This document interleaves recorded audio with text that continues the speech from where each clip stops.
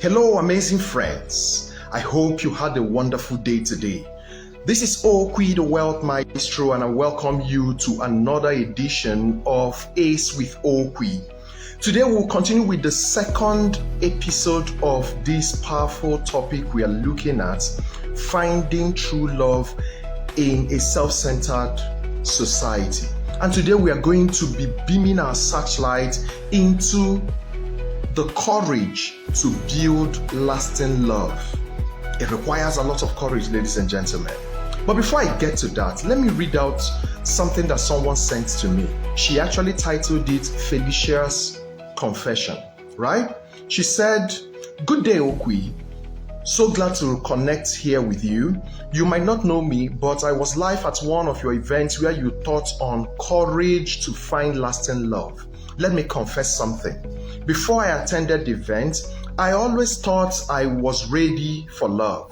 But in reality, I was only ready for the version that was convenient for me. I wanted connection, but only on the days I felt like connecting. I wanted depth, but only on the times that I am ready to open up or I wait for the other person to open up. I wanted understanding, but wasn't always ready to understand back. I wanted someone who would see me, but I wasn't always willing to be seen. Your teaching that day marked a turnaround in my relationship life. I had to start working on myself one subject at a time. Today, I'm happily married to my man that I dated for 2 years. It has been a great ride, and I have you to thank for that. May you continue to enjoy bliss all around you as I am currently doing. With love, Felicia." Now, this is someone who was coming from what we call the modern love and its syndrome to where she's able to find lasting love. You too can have the same experience. But let me explain something to you. True love is not emotions. No, it's not butterfly in your belly. No, it's not that. Actually, true love is just 10% emotion or even less. 10% emotion and 90% a decision to accept the other person the way they are right now. There must be that acceptance, and you must have to make that decision, because by the time you see how the person is, you most likely will not be attracted to everything about the person. But when you're talking about decision to accept the person the way they are, you're accepting the person in totality. You are ready to do that, right? And then you commit to helping the person improve daily. So it's just 10% emotions and then 90% your decision to accept the person the way they are today, and then making a commitment to helping the person improve daily. That's what it is. So it means that true love is not actually discovered. It is built. You build it by choosing vulnerability over performance. You build it by choosing commitment over lip service and maturity over emotional entitlement. So it requires a lot of courage for it to sit properly, grow deeply, and satisfy you in perpetuity. What does this mean? It means that if you are ever going to fall in love truly, it requires a lot of courage. Now, why does it require courage? I will tell you. The reason is because you're getting into a journey where you are going to be open and vulnerable and hope that the other person does the same. Yeah. But a lot of persons have had the experience where they opened up in totality and showed their true self. Meanwhile, the other person was still hiding behind a mask, thereby leading to a lot of disappointment, a lot of heartbreak, and a lot of decisions that I will never get into this thing called love again. So there are 4 key areas that you need to build courage as long as you really desire to have a love that lasts. You must build courage in these 4 areas. Are you ready for them? Let me take you through them.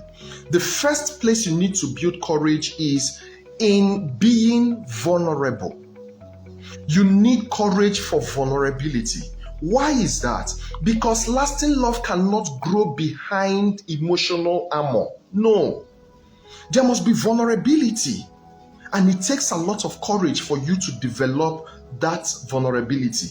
It takes a lot of courage for you to leave all the performance and to show up as your real self. Have you seen people that get into a relationship, they put their best foot forward? It's as if they don't do anything wrong, they are perfect in all their ways. That's the first impression they give. But if you really want to build true relationship and true love, you must have to, at some point, become vulnerable. You need to, at some point, be able to say, this is what scares me. To be able to say, this is where I need help. To be able to say, here is my wound, and I trust that you're not going to poke a dagger into it also. You should be able to say, this is a version of me that I'm still working on. I'm still struggling in this area and in the other area. Now imagine a guy who gets into a relationship, meanwhile he's coming from a family where they are not allowed to express any form of emotions. They are told men don't cry. They are told you cannot say I miss you. Why would you say I miss you? They've never heard daddy say I miss you to mommy or I love you. They don't hear all those things, right? Now that guy comes from that kind of relationship or that kind of family and meets someone who is coming from where before she goes to bed, she hears, I love you. Before everything she does, there is that expression of love. By the time they come together, it takes a lot of courage for the guy to say, hey, I'm coming from so and so place, and you need to accept me the way I am, and then we begin to grow. It takes a lot of courage to be vulnerable like that, right? Now, when you are vulnerable, do you know what you've done? You have opened up a place for connection. Let me give you a typical example. Have you used super glue before? I'm sure you have. If you read on the body of the super glue, they will tell you, make sure the surfaces are clean, they don't have oil, right? And then that they are not rough. So what does it mean? If it is dirty, clean it up. If it has oil, wipe it out. If it is rough, smoothen it. That's when the connection will happen and will be permanent. But when it has all those impurities in between, then it can't stick when you get them together. Do you understand what vulnerability means? Vulnerability is cleaning up the surface so that when the other person comes, the person is able to stick and stick permanently. Vulnerability is not weakness. It is access. Without it, intimacy doesn't have anywhere to land. You can't begin to talk about intimacy without, first of all, becoming vulnerable. The first time this concept was brought out, it was brought out in a way, and it is put like this, that the man and the woman were naked but not ashamed. The nakedness is not just physical nakedness. It's about their emotion. It's about everything that they have, right? The second place you need to build courage, ladies and gentlemen, is in being consistent. This one is a strong one. Consistency in relationship demands that you first of all make a decision, like we had in the definition, to accept the person the way they are, and then to be committed. That's the second one, this decision and commitment. Then to be committed to working on the person every day to see an improvement. Right?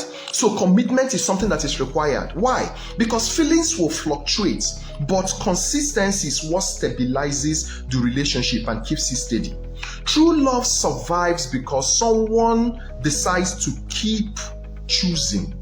Someone decides to remain committed.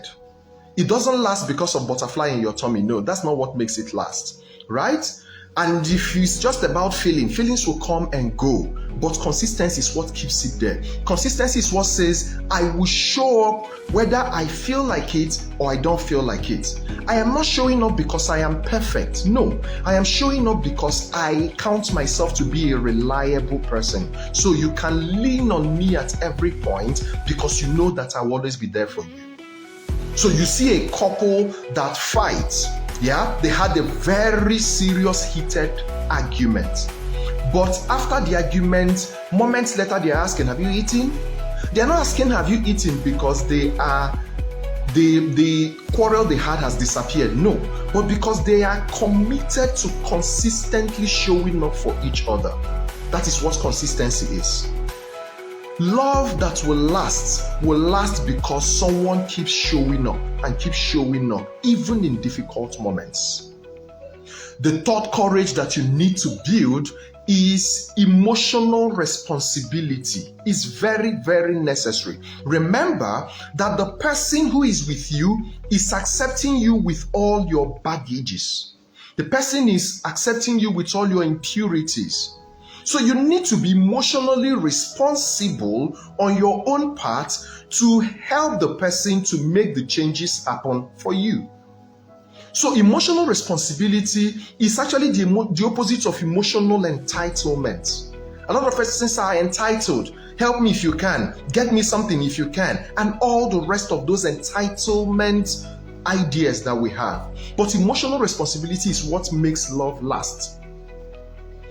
It is the courage to say my partner is not responsible for fixing the things that get me angry.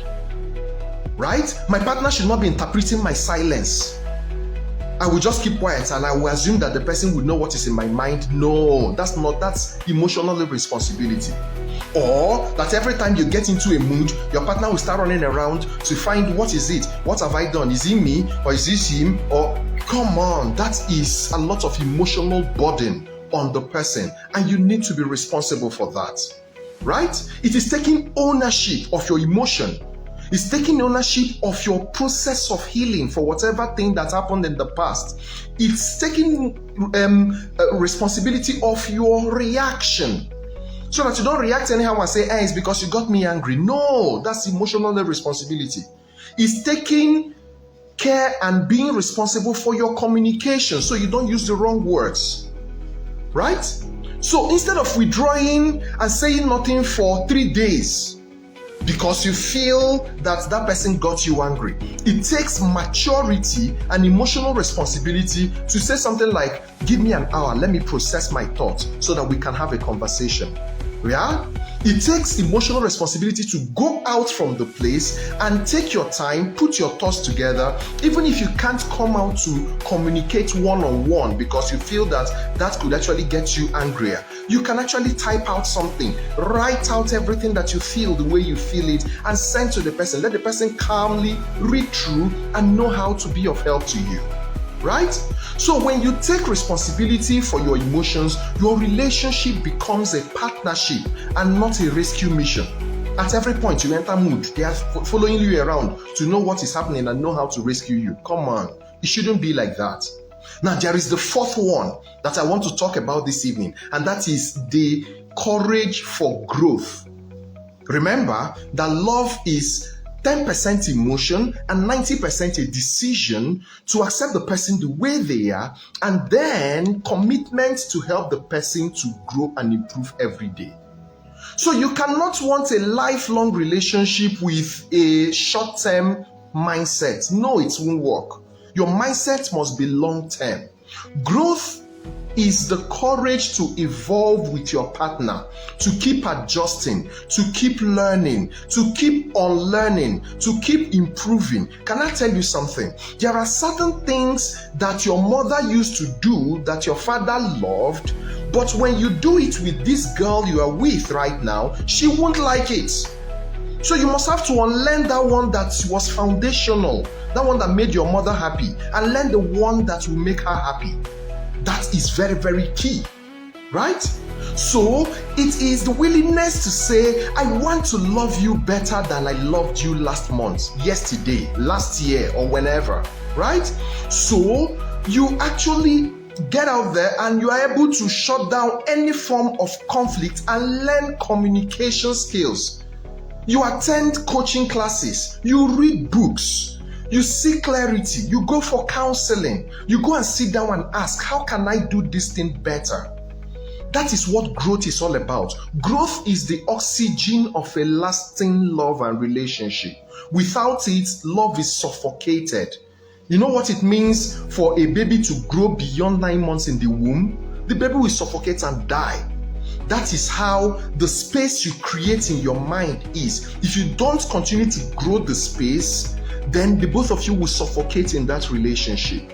So love that lasts is not the one that is maintained. No, you don't maintain love, you upgrade it. What you do is upgrade love. So the question I want to leave with you this evening is, if love requires sacrifice, vulnerability, and patience, are you truly ready for it, or are you just attracted by the idea? In the next episode, I'll be exposing to you one of the biggest silent killers of modern relationship, something many people don't realize they are doing every day, and how you can break free before it ruins your good relationship. So make sure you tune in on Saturday, because it's going to be a great time on this call, right?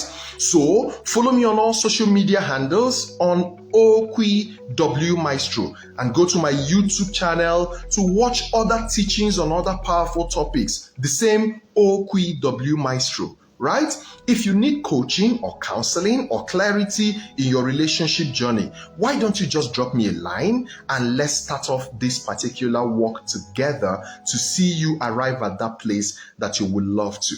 Till I come to your screen again, this is Oqui, the Wealth Maestro, saying keep glowing, keep growing, and keep achieving clear excellence. Enjoy your evening.